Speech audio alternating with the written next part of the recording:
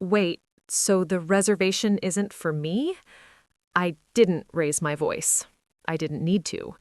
The silence on the other end of the phone said everything. Mom, don't make this weird, Jason sighed. It's just dinner. Just dinner. On Mother's Day. I stood there in my kitchen, the same kitchen where I burned my hands making his birthday cakes from scratch, the same kitchen where I clipped coupons when his father walked out, the same kitchen I refinanced to pay for his MBA.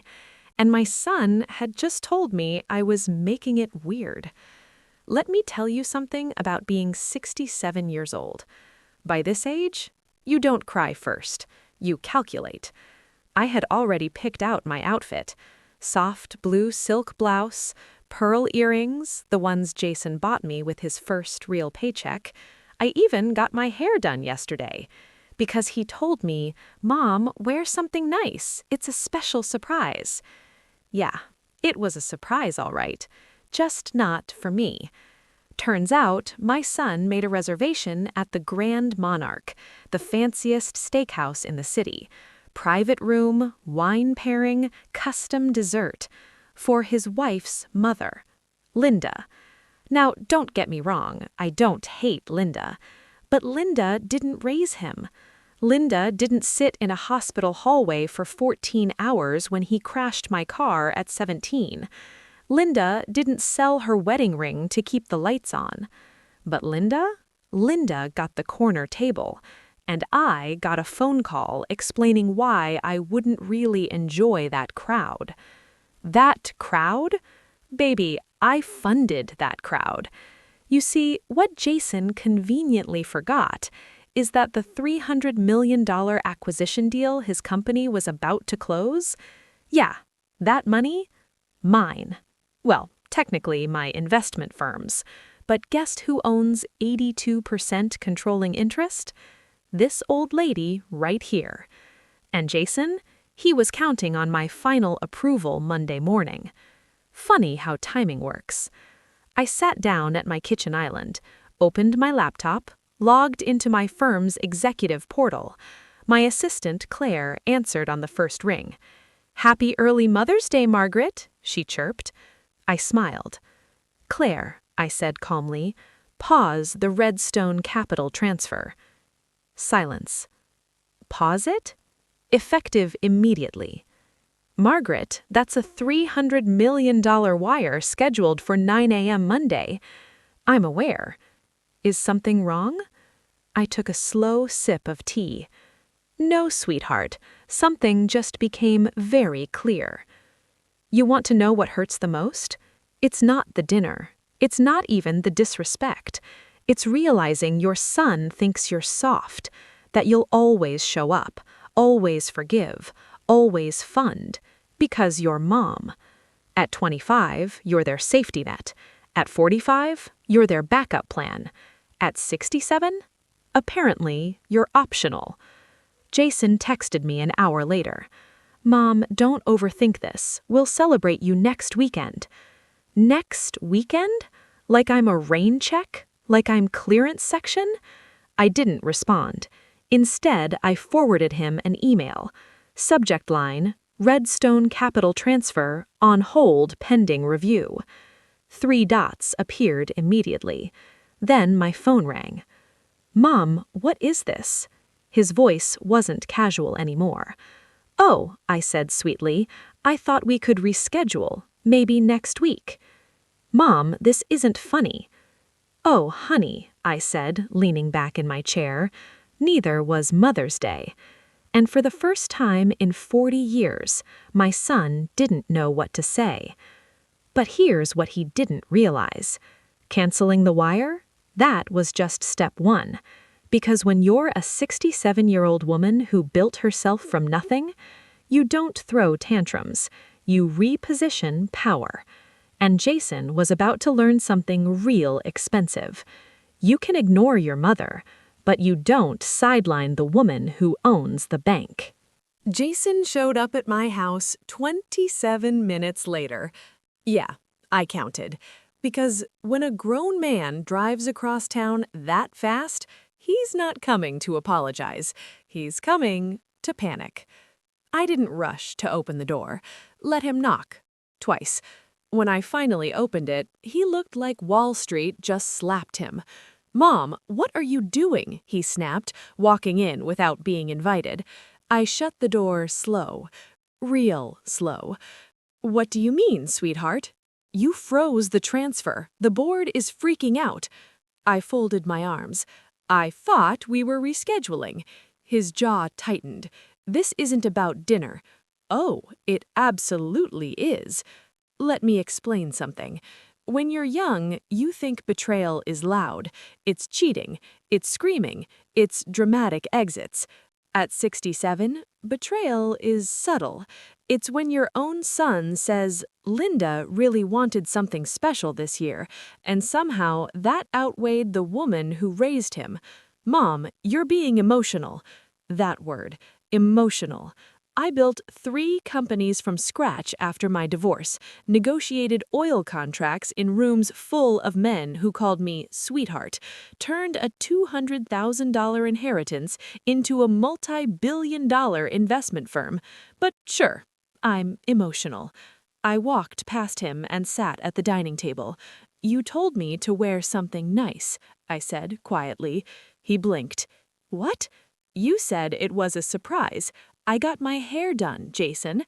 His expression shifted, just slightly. Guilt. Good. Good. "Mom, it wasn't like that."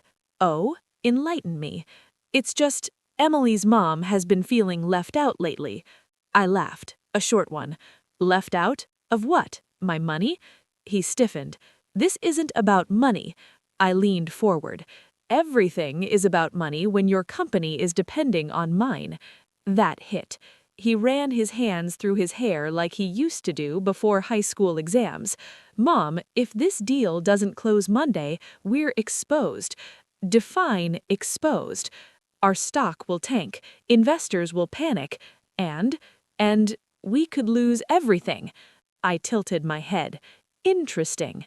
You see, what Jason didn't know, I had been watching how my invitations slowly became optional, how holidays started rotating around Linda's preferences, how my contributions were expected, but my presence was negotiable. It's funny how people treat you when they think you need them more than they need you. He forgot something critical. I don't need him. I love him. Big difference.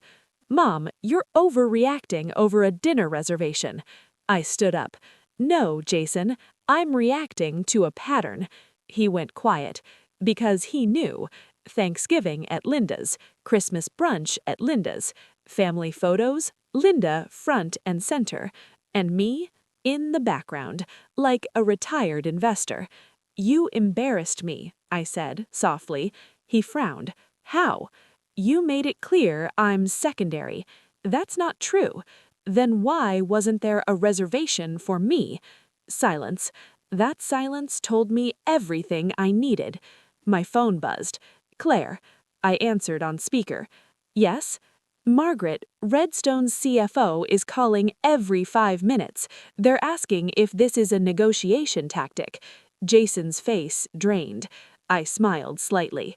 "No, Claire, it's a boundary." "Understood." I hung up. Jason stared at me like he was seeing me for the first time. "You're really doing this?" "Yes." "For what? To prove a point?" "No," I said calmly, "to correct a misunderstanding." "What misunderstanding?" "That you think I'm optional." He started pacing. "Emily is going to lose it." I shrugged. "Emily should have thought about that before booking my table." He stopped. "Your table?" "Yes, because that restaurant, I financed their expansion 5 years ago." His mouth opened, closed, opened again. "What you do?"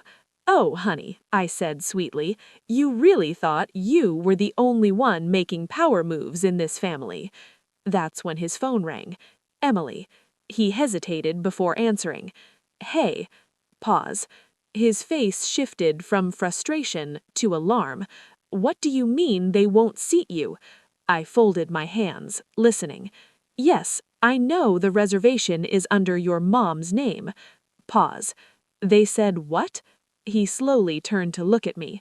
They said the private room is no longer available. I smiled politely. Because sometimes you don't have to flip the table, you just quietly remove the chairs. After he hung up, he whispered, Mom, what did you do? I made a call. To who? The majority owner. You don't own that restaurant. No, but my firm owns 40%. His shoulders dropped. You can't control everything. I walked closer to him. I don't want to control everything. I paused. I'm just won't be sidelined. He looked smaller in that moment, not like a CEO, like my little boy who once cried because someone didn't pick kickball. Mom, I didn't mean to hurt you. I know. Then why are you destroying my company? I met his eyes. I'm not destroying it. I stepped back. I'm reminding you who built the foundation. And here's the truth. This was never about revenge. It was about value. When people forget your worth, sometimes you have to temporarily remove your support so they feel the weight. Jason left that night shaken, but not convinced, and that was fine. Because Monday morning, the board meeting was scheduled at 8 a.m., and I had just received an interesting email from one of his largest investors. Apparently, they were reconsidering their loyalty to him. You see, canceling $300 million, that creates questions. Questions create doubt, and doubt, that spreads fast. By the time Mother's Day dinner rolled around, the only reservation being reconsidered was Jason's seat as CEO. Mother's Day. 6:42 p.m. And no, I wasn't sitting at home crying into a casserole. I was dressed. Black silk suit, diamond studs, heels sharp enough to make a point without speaking. Because here's the thing about being 67, if you're going to show up, you show up composed, not chaotic. I didn't have a reservation at the Grand Monarch. I didn't need one. When you've financed the building renovation, you don't wait in line. The hostess's smile froze when she saw me. "Good evening, Miss Whitmore." "Evening, sweetheart," I said calmly. "I'll be joining the Hawkins party." Her eyes flickered. The Hawkins party. Linda's big Mother's Day celebration. Private room, wine pairing, custom dessert. Except not so private anymore. As I walked through the restaurant, I could already see them. Linda at the center of the table, Emily glowing beside her, Jason tense, checking his phone every 12 seconds. Investors had been calling him all day. Word spreads fast in finance, especially when $300 million vanished overnight. I stepped into the private room, and the air shifted. You ever walk into a room where nobody expected you? It's quiet in a very specific way, like oxygen just got rationed. Linda blinked. "Oh, Margaret." Her tone? Sweet. Her eyes? Not thrilled. Jason stood up so fast his chair scraped. "Mom, what are you doing here?" I smiled gently. "Celebrating Mother's Day." Emily's jaw tightened. This dinner was planned. Yes, I know. I paid for the expansion that made this room possible. Linda forced a laugh. "Well, more the merrier, right?" Was it, though? I didn't sit at the end of the table. I sat directly across from Linda. Let's keep it symmetrical. Jason leaned down toward me. "Mom, please don't make a scene." I looked up at him. "Sweetheart, I don't make scenes." I paused. "I create clarity." The waiter approached nervous. "Miss Whitmore, will you be joining the wine pairing?" I held his gaze. "No, I'll just have water." Jason frowned. "You came here to drink water?" I leaned back. "I came here to observe." Linda cleared her throat. "Well, Jason has been under so much stress lately. This acquisition deal." Oh, yes, the one that's currently frozen? Forks paused mid-air. Emily's face went pale. Linda blinked. Frozen? Jason shot me a look. Mom. What? I shrugged. We're family. We share news. Linda turned to him. What is she talking about? Jason exhaled, hard. The funding is delayed. I tilted my head. Cancelled. Emily snapped. Why would you cancel something that big over a dinner? There it was. Over a dinner. I folded my hands. It's never over a dinner.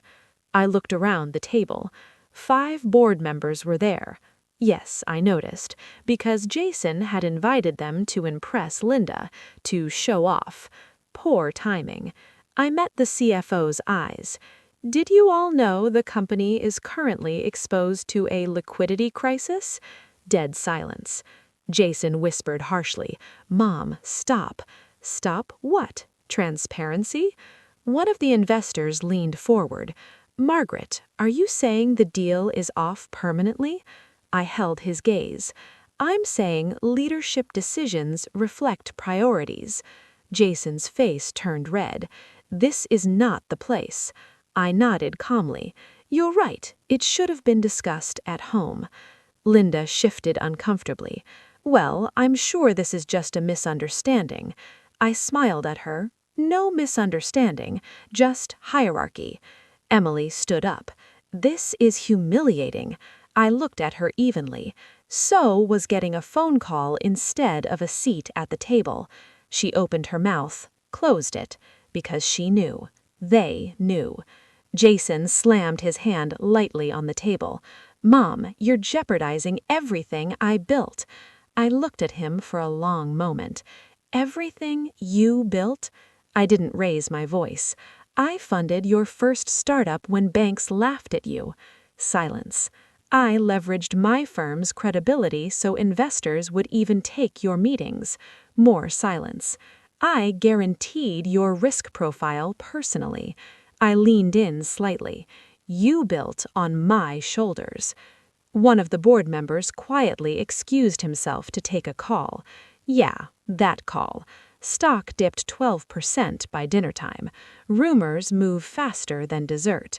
Jason looked shaken now, not angry, scared. Mom, what do you want? That's always the question. What do you want? I didn't want revenge. I didn't want apology flowers. I wanted acknowledgement. I said simply. Linda shifted again. I've always respected you. I turned to her calmly. Respect isn't words, Linda. It's placement. The waiter came in awkwardly with the custom dessert. Happy Mother's Day, Linda, written in gold sugar. Just Linda. No shared cake. No second name. The symbolism, loud. I stood up slowly. You all enjoy dinner. Jason blinked. You're leaving? Yes. He looked confused. You made your point. I gave him a soft look. Oh, sweetheart. I paused at the doorway. I haven't even started. As I walked out, my phone buzzed. Claire. Margaret. 3 major investors just requested an emergency meeting. They're questioning Jason's leadership. I looked back through the glass at my son, watching him try to regain control of a table that no longer felt stable. Schedule it for 8 a.m., I said calmly. And Claire? Yes? Add an agenda item. What's that? Succession planning. Because here's the truth. I didn't freeze $300 million over dinner. I froze it because my son forgot something critical. You don't sideline the woman who holds the leverage. And by the end of this week, Jason was going to learn the difference between being CEO and being replaceable. Monday, 7:58 a.m. Glass Tower, 42nd floor. The kind of boardroom that smells like leather chairs and bad decisions. I walked in 2 minutes early. Never late, never rushed. Jason was already there. Tie crooked, eyes tired, pride still hanging on by a thread. 8 board members, 2 legal advisors, and 3 major investors dialed in on screen. And me? Majority capital holder. Let's call it what it is. The room shifted when I sat down. Jason cleared his throat. Before we start, one of the investors cut him off. We need to address liquidity exposure. Straight to business. Good. I folded my hands calmly. The Redstone capital transfer was paused pending review of leadership stability. Jason inhaled sharply. Mom, Margaret, I corrected gently. This wasn't family. This was corporate. The CFO pulled up projections. If the transfer remains frozen beyond 72 hours, we breach 2 covenants. Translation: banks get nervous, credit tightens, stock drops more. Jason looked at me. Unfreeze it. Just like that. No apology, no acknowledgement. Just an order disguised as a request. I leaned back. Convince me. Silence. The lead investor, Mr. Halpern, adjusted his glasses. Jason, explain the strategic misalignment that triggered this freeze. Jason hesitated, because he couldn't say, I sidelined my mother on Mother's Day. So instead he said, there was a personal misunderstanding. I smiled faintly. Leadership doesn't have personal misunderstandings, I said calmly. It has judgment calls. Then something unexpected happened. Emily walked in, uninvited, bold. She closed the door behind her. I'd like to speak. The room stiffened. Jason looked stunned. Emily, this isn't. No, it is, she said firmly. She looked at me. Margaret, you're punishing him over dinner. I met her gaze evenly. No, I'm evaluating his priorities. She stepped closer to the table. My mother didn't ask to be chosen over you. That's not the point, I replied calmly. Then what is? I paused. The point is, he assumed I'd accept less. One of the board members leaned forward. Margaret, with respect, are you leveraging corporate capital to settle a family dispute? There it was, the accusation. I didn't flinch. I'm leveraging capital to assess leadership alignment. Jason finally snapped. You're humiliating me. I looked at him steadily. You humiliated me first. But here's where it shifted. Halpern spoke again. Jason, why weren't we informed about the dependency on your mother's approval? Jason swallowed. Because I didn't think it would be an issue. There it is. Didn't think. Assumed. Relied. Without securing. In business? That's reckless. I opened a folder in front of me. Yes, the deal is viable. Yes, the projections are strong, but leadership stability is currently questionable. Jason's voice lowered. You're trying to remove me. The room went quiet. Am I? I stood up slowly. I'm trying to see if you deserve the seat. And then, Halpern said something I didn't expect. Jason, step outside for a moment. His face drained. You're voting? Preliminary discussion, Halpern replied. Jason looked at me. Hurt.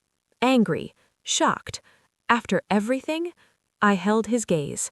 Yes. He walked out. Door shut. And suddenly, it wasn't a family anymore. It was math. Halpern spoke first. Margaret, if we restructure leadership, will the funds release? Yes. Immediately? Yes. A board member asked, Are you prepared to assume interim oversight? I didn't hesitate. I built this sector before half of you graduated. Silence. Respect kind of silence. But then Emily spoke, and this changed everything. If you remove him, she said quietly, you lose him. Not professionally, personally. The words hit harder than the spreadsheets. She wasn't wrong. Power is expensive, and sometimes so is pride. The room debated for 23 minutes.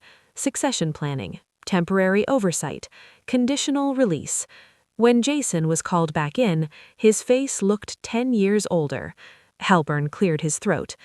Effective immediately, Jason will remain CEO under performance supervision. Jason exhaled. But, Halpern continued, Margaret Whitmore will serve as executive chair with final capital authority. Boom. Power shift. Not removal, oversight. Public. Official. Permanent for now. Jason stared at me. You win. I shook my head slightly. This isn't about winning. It sure feels like it. I softened my voice. It's about balance. The transfer was scheduled to resume at 4 p.m., stock stabilized by closing bell, crisis contained, control recalibrated. But when we walked out of that building together, he didn't look at me. Not once. And for the first time since this all started, it didn't feel powerful. It felt heavy. Because here's the truth nobody tells you about leverage. When you pull it, you move everything, including your own heart. That night, my phone buzzed. Not Jason, not Emily, Linda. Her message was short. We need to talk. Alone.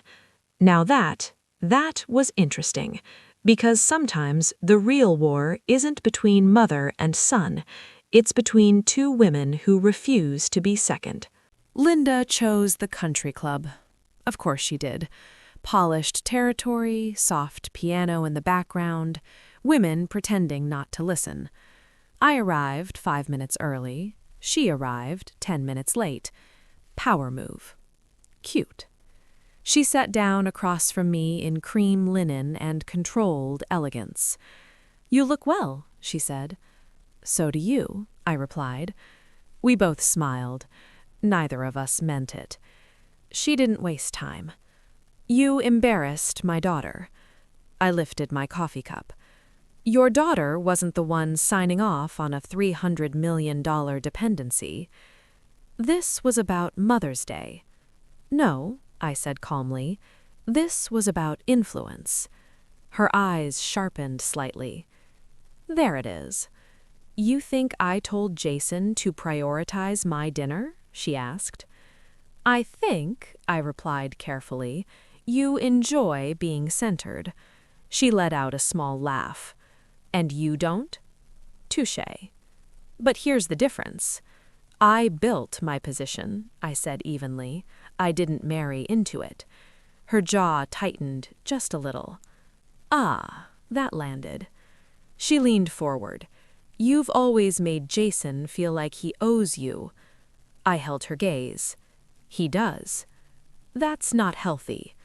What's not healthy, I said softly, is pretending sacrifice didn't happen. She shook her head. You weaponize it. I paused. That word again. Weaponize. Funny how boundaries look like weapons to people who benefited from your silence. You think this was my idea? Linda continued. I think you enjoyed the optics. Optics? Yes, your daughter's husband hosting you at the most expensive restaurant in the city, while I stay home. She didn't deny it. Instead, she asked something unexpected. Do you know why he did it? I blinked. Because he forgot himself. No, she said quietly. Because he's tired. That wasn't what I expected. Tired of what? I asked. Tired of feeling like he's still 12 years old trying to impress you. That hit. Not loud, but deep. He worships you, she continued, but he's terrified of disappointing you. That's called accountability. No, she said gently, it's called pressure. The piano music in the background suddenly felt too slow. Linda added, he told Emily that he needed one day where he wasn't balancing you. Balancing me, as if I was a weight. I set my cup down carefully. So the solution was to sideline me? The solution, she replied, was to choose peace. I gave a small smile. At my expense. At his sanity. Silence stretched between us. Not hostile, just honest. Linda wasn't stupid. She wasn't manipulative. She was strategic, just like me. And that's when I realized something uncomfortable. This wasn't about choosing her over me. It was about him trying not to choose at all, and failing. "You love control," she said softly. "And you love influence." She smiled faintly. "Maybe." "Maybe?" She straightened. "You're not the only woman in his life who matters. I never asked to be. You act like it." That one lingered. I took a slow breath. "At 67, you learn something." "What's that?" "Men build empires." I paused. "Women build the men." She didn't argue, because she knew. She raised her daughter. I raised my son. Now they're married, and somewhere in between, they're suffocating. "He's scared you'll pull the rug again." Maybe he should be. "That's not leadership," she replied calmly. "That's fear." And for the first time since this started, I felt something shift inside me. Not guilt, not regret, perspective. "What do you want, Linda?" I asked finally. She answered without hesitation. "I want him to stand on his own." "So do I." "Then let him." I held her gaze. "You think I don't?" She tilted her head slightly. "Would he survive without your safety net?" The question lingered. Would he? Or had I made myself so necessary that independence felt like betrayal? My phone buzzed. "Jason." I ignored it. Linda noticed. "He's unraveling," she said quietly. "Good," I replied automatically. But it didn't feel good. It felt complicated. As we stood to leave, she said one more thing. "You won the boardroom." I adjusted my jacket. "I didn't play to win." "No," she said softly. "You played to remind him who holds the leash." I stopped walking, turned slowly. "He's not a dog." "No," she agreed.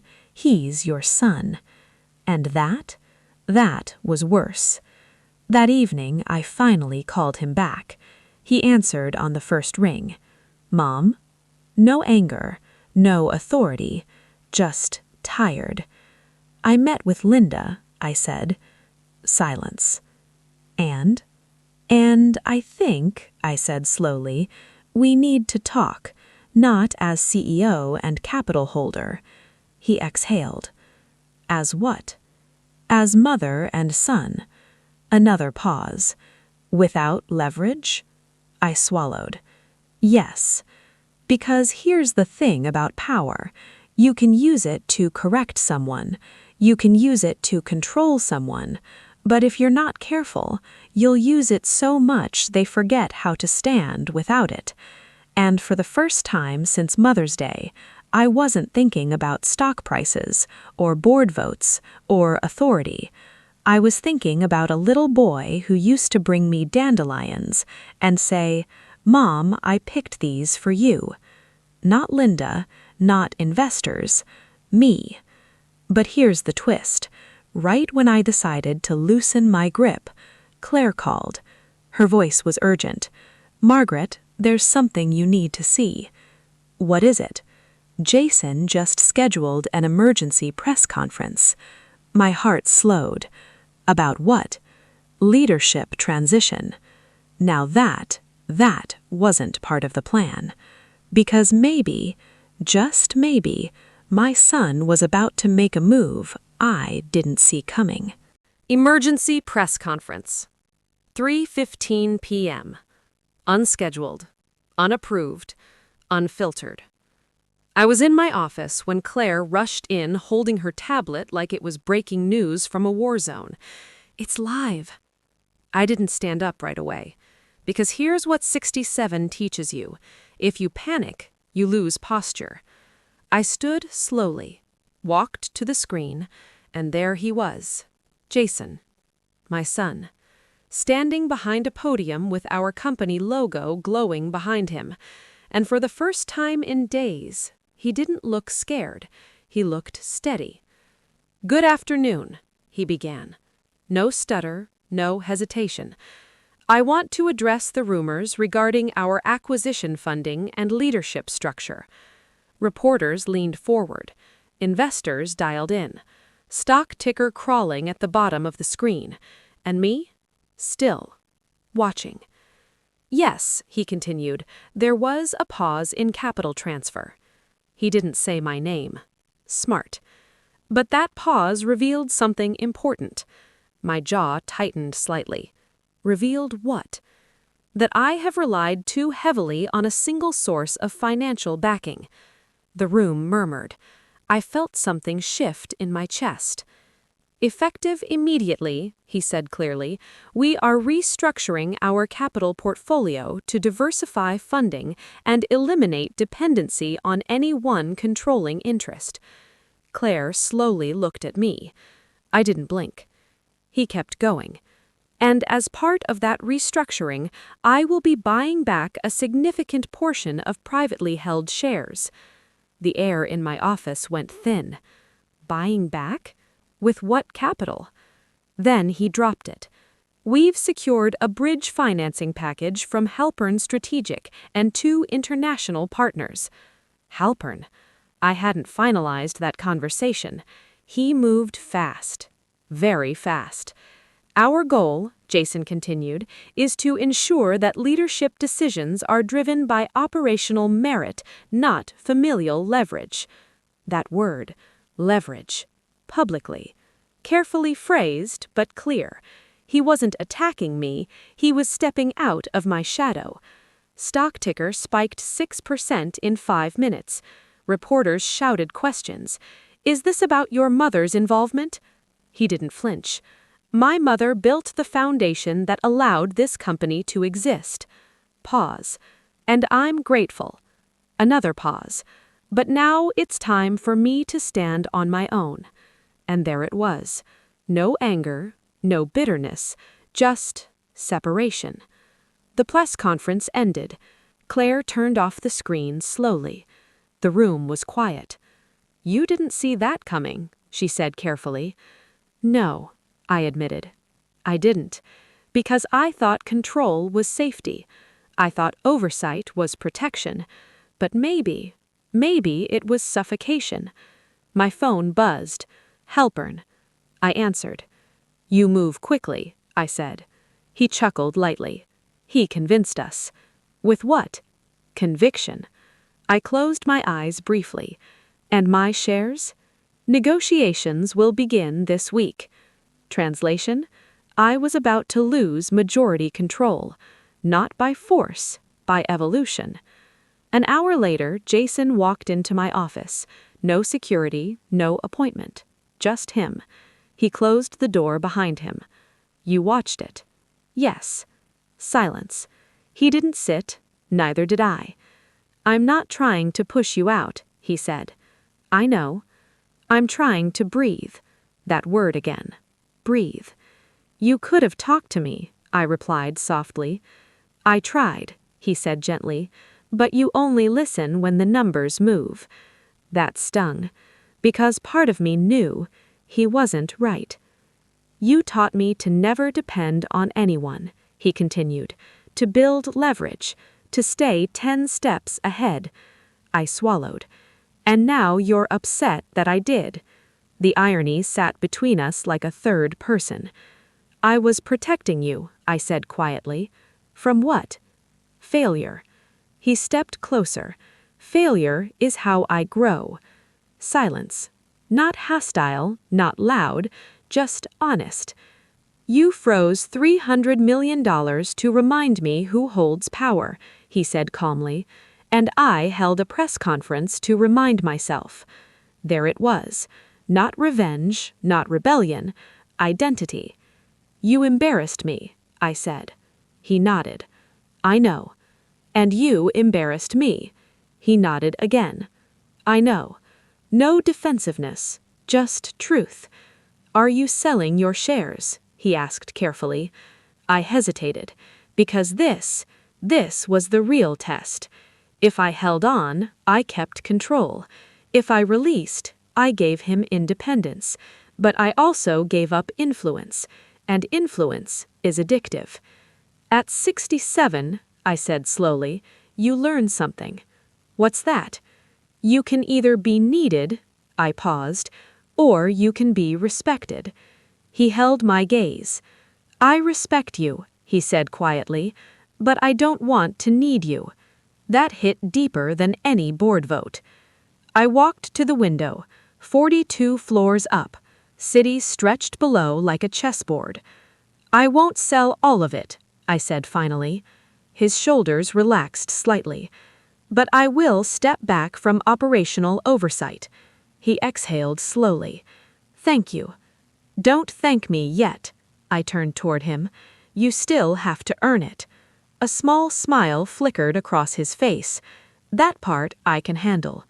We didn't hug, not yet, but something shifted. Not power, not authority, balance. That evening, stock closed up 11%. Press called it a bold generational transition. Analysts praised Jason's independence. And me? They called me strategic, controlled, measured. They didn't call me something else. Mother. Later that night, I sat alone in my kitchen. Same kitchen, same island, but different weight. Mother's Day had started with exclusion. It ended with evolution. Because maybe the hardest lesson at 67 isn't letting go of power, it's letting go of control without losing yourself. And just when I thought the storm was over, my phone buzzed. Unknown number. I answered. Miss Whitmore? Yes. This is the acquisition target's CEO. My grip tightened. We've reconsidered, he said calmly. Reconsidered what? We'd like to negotiate directly with you. Pause. Not your son. Now that changed everything. Because sometimes, even when you step back, the world still knows who the real force is. The phone call hung in the air. Quiet, calculated, electric. Not your son, he had said, and suddenly the chessboard shifted again. I sat back in my chair, hands folded. I let the weight of every Mother's Day, every boardroom showdown, every private conversation with Linda settle around me. It wasn't about dominance anymore. It was about choice. Jason walked in just as I was dialing back. No knock, no announcement, just presence. He stopped at the doorway. You got a minute? He asked. Not a plea, not defiance, just tentative respect. Always, I replied. We stood across from each other, 2 generations of the same family, 2 women behind him shaping his world in different ways. Mom, he began slowly, about today. I held up a hand. Don't, just listen. He did. That was progress. I told him the truth. You're stepping into your own, Jason. That's good. That's necessary. But understand something. Independence doesn't come without responsibility. His eyes softened. You're right. And, I continued, Mother's Day isn't about gifts or dinners. It's about acknowledgement, recognition, not just from us, but of ourselves. He nodded. And you'll always be part of that? Of course, I said. But now you get to stand on your own 2 feet. Later, I returned the call to the acquisition CEO. Yes, I said calmly, I'll negotiate directly, not through my son. And that was the final lesson Jason needed. He could lead without being micromanaged. He could make his own choices, and so could I. That evening, I sat in my kitchen sipping tea. The city lights blinked below, calm. Mother's Day had started with exclusion, power plays, and threats of lost millions. It ended with respect, balance, and a subtle understanding. Power isn't in control, it's in knowing when to hold on and when to let go. Jason knocked softly at the door. Mom, he said, dinner? I smiled. Only if we sit together. And we did. Not as CEO and capital holder, not as mother and dependent, but as mother and son, finally equal in understanding, if not in authority. Because at 67, I learned the ultimate truth. You can be powerful, respected, and loved all at the same time, even when the world tries to push you to choose one. And that, my friends, is the real Mother's Day miracle.